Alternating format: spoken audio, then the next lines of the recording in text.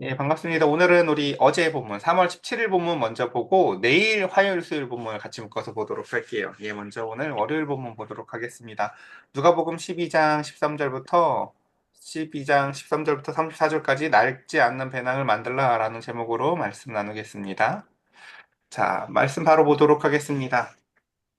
무리 중에 한 사람이 이르되 선생님 내 형을 명하여 유산을 나와 나누게 하소서. 우리 그 어제 주일 본문 기억나시는지 모르겠어요. 그 주일 본문의 배경이 그런 거였었어요. 수많은 그 사람들이 이제 예수님을 따르는 가운데에서 예수님께서 제자들에게 사실 이야기를 하시는 이야기들이었어요. 뭐 다들 눈빛이 뭐였지 하는 표정인데, 네. 어쨌든, 네. 그리고 그 본문 가운데서 기억나세요? 네. 그 가보죠, 누구 가보죠. 조심하라. 네. 예, 외식과 위선에 대한 음, 음, 이야기였어요. 그래서 외식하지 말고 그 가운데서 겉과 속이 다른 그 외식에 대해서 주의하면서 그 가운데서 바리새인들의 누룩을 주의하라 뭐 이런 것들이었어요. 그리고 낮에 그리고 이제 그냥 오늘 본문을 바로 보도록 할게요. 예. 그 얘기를 하는 어쨌든 대상이 사실 계속 제자들이었거든요.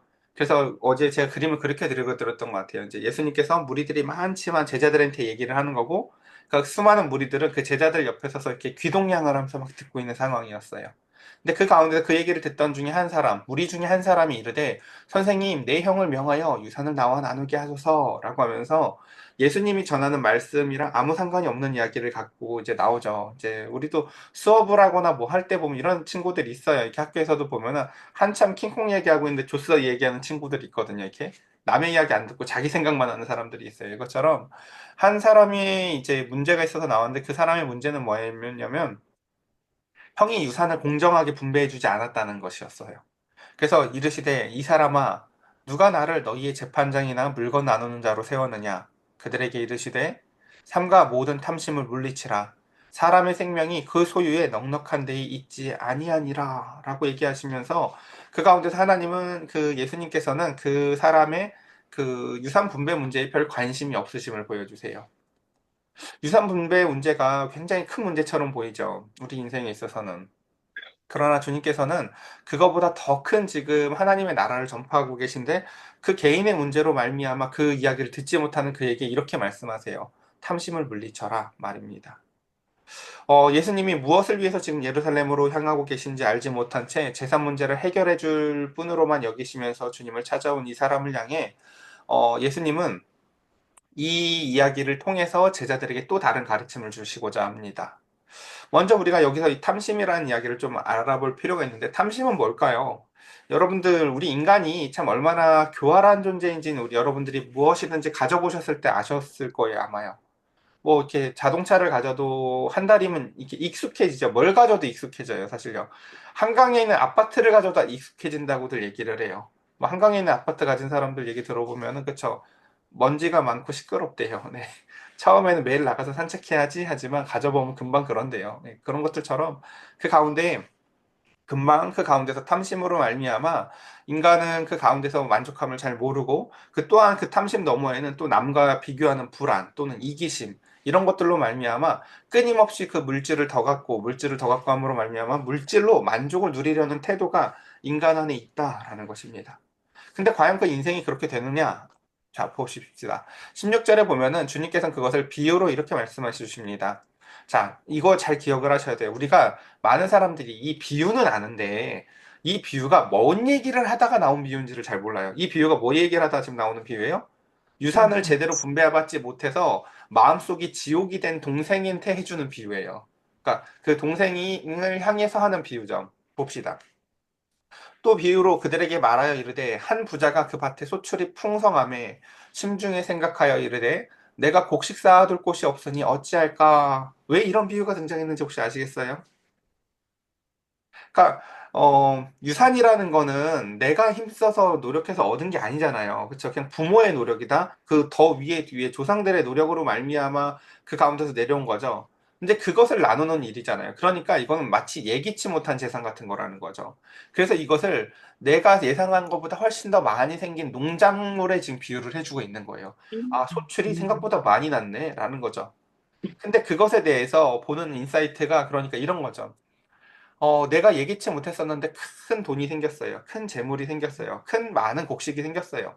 근데 그것으로 말미암아 사람이 이것을 어떻게 나누며 이것을 어떻게 아름답게 사용할까 하나님의 뜻 안에서라고 생각하는 것이 아니라 그것을 넣기에는 내 창고가 적어 보인다는 거죠. 그러니까 곡식이 많아 보이는 게 아니라 창고가 적어 보이는 놀라운 마법이 일어나는 게 바로 탐심이라는 거예요. 이제는 이것도 하고 저것도 할 수 있겠다. 내가 오랫동안 그때 이것 좀 섬겨보고 싶었는데 이것도 섬길 수 있겠다. 라는 은혜로 보이는 것이 아니라 내가 갖고 있는 창고가 도리어 적어 보이더라. 그래서 내가 곡식을 쌓아둘 곳이 없으니 어찌할까? 라고 하면서 심지어 근심과 염려에 빠집니다. 그리고는 또 이르되 내가 이렇게 하리라. 내 곡간을 헐고 더 크게 짓고 내 모든 곡식과 물건을 거기에 쌓아두리라. 라고 얘기하면서 이 사람의 지금 이야기 속에는 전부 다 주어가 나죠. 내가 내 곡간을 내 모든 곡식을 온통 자기밖에 없는 세상에 살고 있는 사람임을 우리가 알 수 있습니다. 자, 인간의 존재의 가치를 알지 못한 채 탐심에 이끌려 살아가는 사람의 어리석음이 이와 같습니다. 그러니까 제가 예전에 이런 비슷한 이야기들을 참 많이 들었었어요. 돈에 이렇게 뭔가 욕심으로 말미암아, 그러니까 자녀들한테 예를 들면 유산 분배를 제대로 해주지 않아서 자녀들이 관계가 다 망쳐진 어떤 가정의 이야기를 들어본 적도 있고요. 오늘 이 가정도 그런 거죠. 동생한테 유산 분배를 제대로 해주지 않아서 동생의 마음이 지옥이 되어가고 있고 사실 그 문제에 돈보다 더 큰 관계를 잃어가고 있다는 것을 형은 알지 못합니다. 그리고 그 가운데서 그래서 이것을 좀 더 잠시만요. 예, 이것을 그래서 정리해보면 이래요. 그러니까 탐심이라는 게, 그리고 여기서 보면은 이제 이 사람이, 이 이야기도 우리가 토요일날 다 나누긴 했었지만, 이 사람이 지금 또 땅을 더 넓게 사겠다는 것도 아니에요. 내가 곡식을 더 많이 얻기 위해서 내가 더 많은 땅을 사야지 하는 게 아니에요. 왜요? 농사가 얼마나 힘든지를 이 사람이 잘 알거든요. 그러니까 이 사람은 지금 이 기회다 싶어가지고, 여러분들도 유산 받으면 뭐 하고 싶으세요? 건물 사고 싶지 않으세요? 그래서 그냥 좀 돈을 그냥 나오게 하고 싶지 않으세요? 이 사람도 똑같아요. 곡간을 크게 지어가지고요. 이걸 싹 재워놨다가 쌀 때 가만히 놔뒀다가 비쌀 때 팔고 싶은 거예요. 그러니까 땅을 더 넓게 짓는 수고를 하고 싶은 게 아니라 창고를 크게 지어서 내가 그걸 많이 재워놓으면은 이제 더 이상 농민이 아니라 경영인으로서의 삶을 살 수 있을 것 같은 거죠. 자, 근데 그 사람이 또한 이래요. 이제 그 사람은 궁극적으로 여기서 내 영혼에게까지 말을 합니다. 여러분 한번 생각해 보세요. 자, 이제 정말 부유해진 내가 밤에 잠을 듭니다. 불을 껐는데도 마음이 어때요? 하나님이 성령이 충만한 것처럼 돈이 충만하거든요. 지금 돈이 충만하니까 겁이 날 게 없어요. 아우, 내일은 또 어디 가서 그때 나 돈 없다고 무시한 놈 있었는데 거기 가서 좀 밑에 좀 떨어볼까 별 생각을 다 하면서 이렇게 누워서 이런 생각을 해요. 내가 내 영혼한테 말을 합니다. 예, 이 사람이 기도를 합니다. 내 영혼아, 이렇게 기도를 해요. 뭐라고요? 여러 해 쓸 물건을 많이 쌓아두었으니, 예, 힘들었는데 힘이 하나도 안 들어. 오늘 낮에 막 여기저기 쑤셔야 되거든요, 원래. 안 쑤셔. 오늘 내가 많이 쌓아뒀어요. 야, 이거는 이 정도 뭐, 내 자손까지 먹고 살겠다. 막 많이 쌓아뒀어요. 평안히 쉬고 먹고 마시고 즐거워하자 하리라. 라고 하면서 이렇게 얘기를 하자. 하나님이 말씀하시죠. 여기서부터 시나리오가 없던 거예요. 이제 하나님이 이렇게 얘기하시는 거죠. 어리석은 자야, 오늘 밤에 네 영혼, 여기 방금 내 영혼을 도로 찾으리니, 방금 이 사람이 자기 영혼한테 이렇게 얘기를 했잖아요. 야, 돈이 많으니까 이걸로 쉬자라고 얘기하는데 하나님이 이렇게 얘기하시죠. 그 영혼을 내가 찾아갈 건데? 라고 말씀하신다는 거죠. 그러면 네가 준비한 그 물건들 다 누구 거 되겠냐? 라고 하시죠. 자기를 위하여, 왜냐하면 지금 방금 이 물건들 누구 거였어요, 원래는요? 그 부모 거였죠. 근데 그 부모가 돌아가시고 내려온 유산이다냐, 그쵸?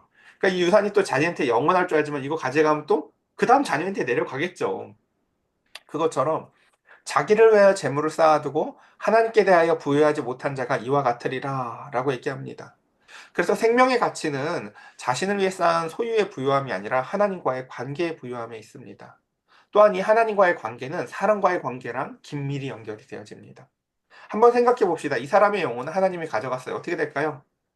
그 재산은 자녀들한테 갈 거고요. 자녀들이 좋아할까요, 그냥요? 그렇죠. 아유, 그 고린, 그 자린고비 자기가 혼자 쓰려고 창고에 저렇게 놨다 써보지도 못하고, 야, 이거 이렇게 많았으면서 우리한테 이거 하나도 안 나눠줬던 거야? 라고 그 가운데서 그는요, 사실은 좋은 평을 받지 못해요, 절대. 그리고 그 사람으로부터 좋은 평을 받지 못하는 것은 곧 하나님에게도 동일한 평가를 받아요. 자, 그래서 뒤에 봅시다. 또 제자들에게 이르시되, 자, 지금 우리 계속 주목하게 이야기하는 게 이 이야기예요. 지금 예수님이 이 얘기를 누구한테 하시는 거라고요? 사람들이 수만 명이 있어도 이거 제자 교육하시는 거예요. 이 제자들한테만. 제자들한테 다시 가르침의 대상을 제안하시면서 제자들아 잘 들어라. 그러므로 내가 너희에게 이르노니 너희의 목숨을 위해서 뭘 먹을까, 무엇을 위하여 몸을 위해서 뭘 입을까 염려하지 말아라. 라고 말씀하십니다. 여러분, 그러니까 이렇게 장롱 열고, 아우, 입을 옷이 하나도 없어. 이런 거 하지 마시라는 거예요. 그쵸? 왜요?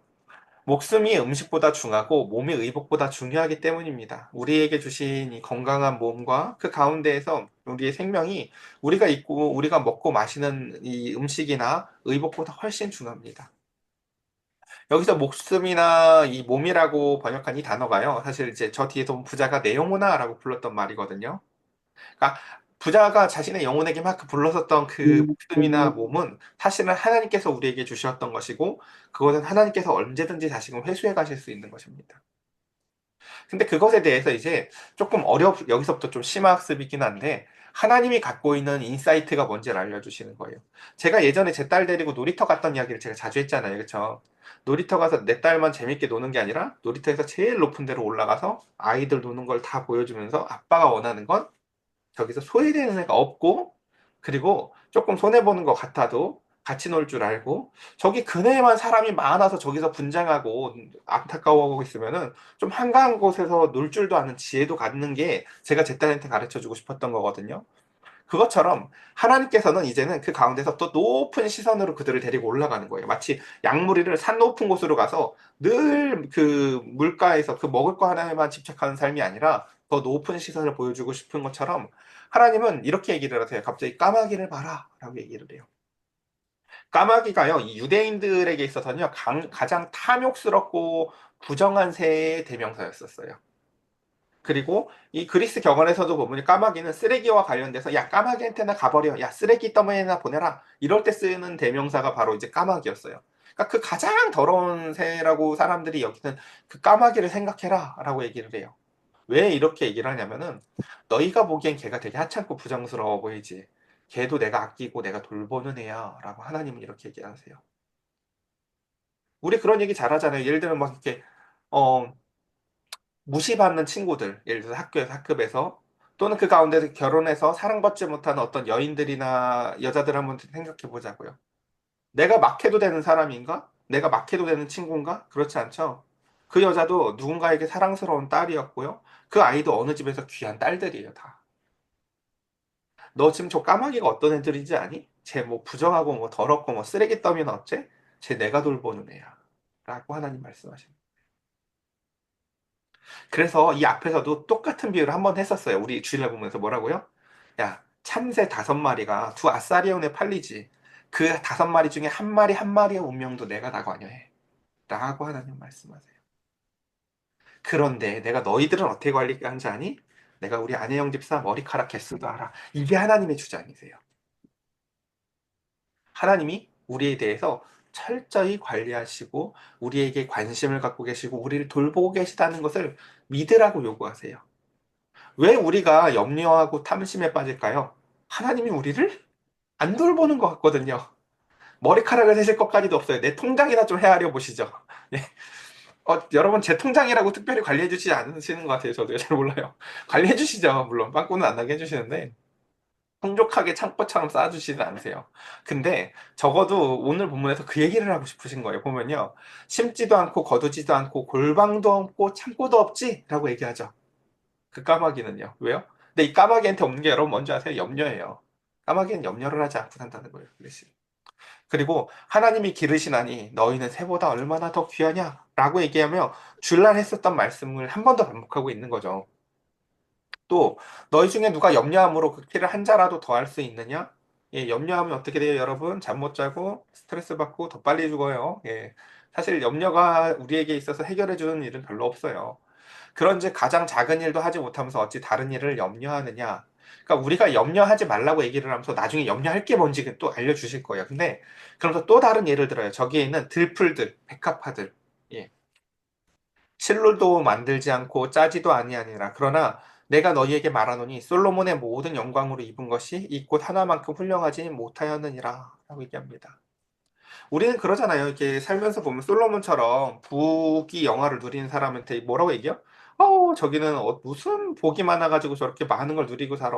아빠 잘못 나가가지고 아빠가 신앙생활 잘했잖아. 뭐 이런 소리 할 수 있어요, 여러분. 우리 솔로몬 얘기 많이 배웠죠? 좋은 왕이 아니었다고요. 하나님 앞에 가서 뒤지게 혼났을 거예요, 아마요. 넌 하지 말라는 짓만 곳곳에 해가지고 네 다음 아들 때 이제 나라가 둘로 망가졌지 평생 징계받을 거예요. 여러분, 그게 부러우세요? 자기가 관리할 실력이 없던 부를 가지고 나라를 말아먹은 사람이에요, 사실은요. 반면에 여러분 들풀 어떻습니까? 여러분들 들풀 만날 때 어때요? 저는요, 늘 신기하고 반갑고 귀해요. 어머, 누가 심지도 않았는데 얘가 그 돌이랑 돌틈 사이에서 자라서 너무 귀하잖아. 얘가 어떻게 여기서 이렇게 있어? 라고 싶죠? 여러분, 예수님의 제자들이 바로 그 들풀 같은 존재들이에요. 솔로몬처럼요, 유명해지지도 않을 거예요. 솔로몬처럼 어마어마한 권력을 갖게 되지도 않을 거예요. 근데 그냥 지나가다가 어디 웬 어부 하나가 뭔 소리를 하는데 들어보니까 너무 귀한 이야기들을 해주는.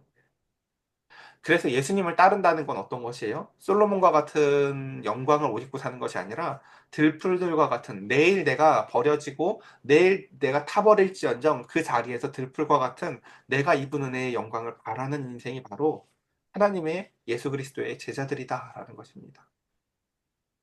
그래서 오늘 있다가 내일 아궁이에 던져진 들풀도 하나님이 이렇게 입히시거든. 하물며 너희일까 보냐 믿음이 작은 자들아 라고 얘기하며 아까 하나님의 마음이 어디에도 간다고 했었어요? 까마귀. 사람들이 무시하고 아주 천시하는 까마귀. 또는 그 막 시장에서 제일 싸구려로 팔리는 참새 5마리 중 하나하나까지도. 그러면 이제는 뭐라고 얘기하죠? 들풀까지도 라고 말씀하시는 거예요. 자, 그러면서 이제 마지막. 그러니까 29절. 너희는 무엇을 먹을까, 무엇을 마실까 구하지 말며 근심하지도 말아라. 이 모든 것은 세상 백성들이 구하는 것이니라. 그러니까 세상 백성들은 이걸 왜 구할까요? 하나님이 창조주시라는 것도 모르고요. 창조주라는 걸 안 다쳐요. 그 하나님이 내 아버지시라는 걸 모르기 때문에 그렇다는 거예요. 근데 하나님을 믿는다는 자녀들이 그 가운데서 이와 똑같은 것을 구하는 것은 마치 아비가 없는 자녀와 같이 살아가는 것이겠죠. 그래서 너희 아버지께서는 이런 것을 너희에게 있어야 할 것을 아시느니라 라고 얘기합니다. 그러니까 여기서 두 가지로 갈린다는 거예요. 어떤 사람들은 하나님을 망각해요. 그러니까 늘 염려를 하죠. 아, 내 인생을 어떻게 살아가야 될까?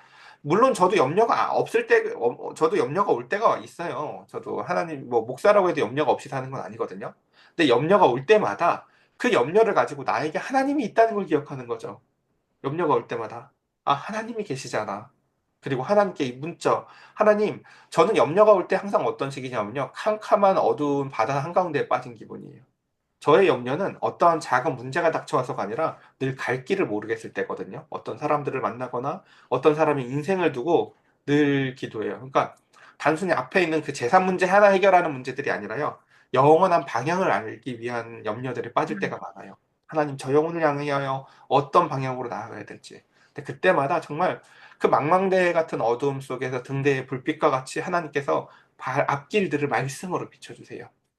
하나님은 우리의 염려를 그렇게 헤쳐나가도록 빛으로 우리를 인도해 나아가십니다. 그랬을 때 우리 그 신자들에게 생겨나는 감정이 뭐냐면요. 염려가 감사로 바뀌어요. 얘야, 내가 너 다 보고 있어. 라는 거예요. 깜깜할 땐 안 보는 것 같잖아요. 그렇죠? 그래서 다만 너희는 그의 나라와 그의 나라를 구하라. 그의 나라가 뭐라고 우리 많이 얘기했어요. 그의 나라 뭐예요? 하나님의 나라가 하나님의 나라를 다스리는 것. 그렇죠? 그러니까 그의 나라라고 하니까 보통 대한민국처럼 무슨 뭐 이렇게 천국을 구하라고 자꾸 착각할 수 있는데 천국을 구하라고 표현을 하는 게 아니라 하나님이 나를 다스려 주시는 통치권이 임해서 내가 하나님의 나라가 되기를 구하라는 거예요. 그래서 그러니까 내가 염려하지 않는 상태가 된다는 건 내가 그의 나라가 됐을 때겠죠. 네. 하나님의 통치가 나한테 임했을 때 나는 그것을 더 이상 염려하지는 않겠죠. 그리하면 이런 것들을 너희에게 더하시리라 말씀하며 마지막 32절 예, 적은 무리여 무서워하지 말라라고 얘기하죠. 요거 에스겔서 34장도 우리 지난 시간에도 얘기했는데 한번 다시 읽어보세요. 34장 11절부터 보면은 예수님께서 이제 그 잘못된 목자들을 다 내쫓으시고 이 작은 무리들이여라고 하면서 주님께서 갖고 계신 그 이제 요 구절 읽고 얘기해 볼게요. 적은 무리여 너희 아버지께서 그 나라를 너희에게 주시기를 기뻐하시니라. 우리 32절만 좀 잘 묵상해 봅시다. 그러니까 하나님의 성품이 어떤 신지 아시겠어요? 하나님의 성품이 그 작은 양무리들을 데리고 가셔서 이 힘없고 약해 보이는 작은 양무리한테 그 하나님의 통치, 하나님의 다스림, 하나님의 따스한 사랑을 그의 나라를 주실 것을 그 선한 뜻을 품고 계시다는 것을 알게 하시는 게 바로 하나님의 나라를 그들에게 주시기를 기뻐하시는 하나님의 성품입니다. 그러니까 하나님은 작고 약해 보이는 그 양떼들에게 그의 나라를 주시는 것을 기뻐하세요. 오죽하면 그래서 예수님의 기도도 그렇고 바울도 그렇고 이 모든 것들을 다 하나님의 지혜라 그래요. 그러니까 적어도 여러분, 그러니까 하나님의 나라, 우리가 천국에 가면요 절대 만날 수 없는 사람들이 누군지 아세요? 교만하고 큰 사람들이에요. 하나님 나라에 가면요. 그러니까 우리 가끔 그런 것들을 경험하잖아요. 이렇게 교회에 가보면 이 교회는 어떻게 이렇게 참 이렇게 사람들이 착한 사람들만 있지 하는 경우들이 있습니다, 여러분. 근데 하나님의 나라에 갔을 때 여러분들이 그걸 경험할 거예요. 하나님 나라에 가보면요.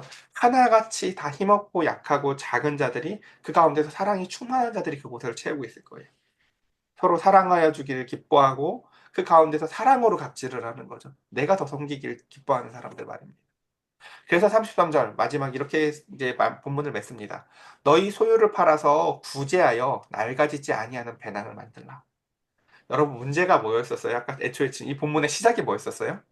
나한테 마땅히 와야 될 유산이 제대로 분배가 안 돼가지고 지옥에 살고 있는 사람 이야기였는데 뭐를 하라고요? 오히려 네. 구제를 하래요. 네가 못 받은 떼인 돈 때문에 지금 막 지옥에 살지 말고 오히려 네가 가지고 있는 거 있지? 그거 가지고도 구제를 하면서 낡아지지 않는 배낭을 만들어라 얘기합니다. 우린 낡아지지 않으면 배낭보다 이 땅의 창고가 더 좋지 않나요? 그렇죠? 이 땅이 큰 창고. 그렇죠? 그게 더 좋을 것 같은데 주님께서는 그 가운데서 이제 여기 33절은요. 우리가 이해하기 좀 어려운 구절이에요. 왜냐하면 우리가 저 땅에 하나님의 나라에서의 이야기들을 알 수 없잖아요. 예수님이 우리의 집을 만들러 가신다고 했지만 그 집이 대체 어떤 형태를 갖고 있는 집인지 어떤 주거 공간인지 과연 그 땅에서의 집이라는 게 정말 집인지 우린 그 모든 것을 다 알 수 없어요.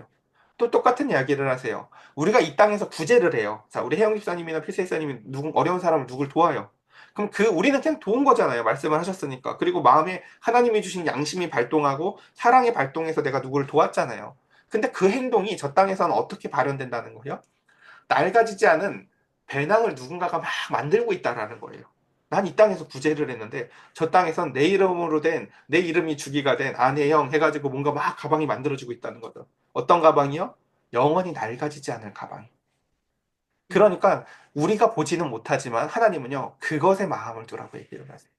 그러면 곧 하늘에 둔 바 다함이 없는 보물이니 거기에는 도둑도 가까이 하는 일이 없고 좀먹는 일도 없느니라. 너희의 보물이 있는 곳에 너희의 마음도 있느니라. 말씀하시며 마지막 이 땅의 이야기로 마칩니다.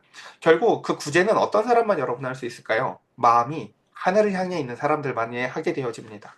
그리고 그 마음이 하늘을 향해서 그 작은 구제를 베푼 사람은 점점 그 하나님의 긍휼의 마음이 그 사람을 향하여 닮아지게 되어 있습니다. 오늘 말씀을 이렇게 정리를 해보는데요. 저와 여러분들 오늘 이제 어제 본문이었지만 이 이야기가 좀 중요해서 이야기를 오늘 먼저 살펴봤어요. 오늘 이제 저와 여러분들 오늘 본문을 꼭 기억하시면서 여러분들 이제 오늘 이제 하루를 묵상할 때 어떻게 하셔야겠어요? 자, 저놈 비둘기 새끼들 저 먹이 주지 말라는데 왜 이렇게 비둘기 먹이 줘? 이렇게 막 욕하고 막 먼지 떨어진다고 욕할 거예요? 아니죠. 비둘기 보고 뭐 해야 돼요? 쟤들도 사람이 뻥튀기를 던져줘서 살찌고 걸어 다니는 것 같아도 하나님이 기르시고 먹이시는 거구나. 저기에 있는 잡초도 저거 왜 안 뽑아가지고 저렇게 거슬려거려가 아니라 저기에 있는 들풀도 다 하나님이 입히시는 거구나. 나도 내가 어디에서 자라고 있든 어디에서 먹고 있든 하나님이 먹고 입히시며 나를 더 귀히 여기신 하나님 앞에 의지하는 저와 여러분들 되시기를 간절히 축복합니다. 오늘 이 시간 함께 같이 기도합시다.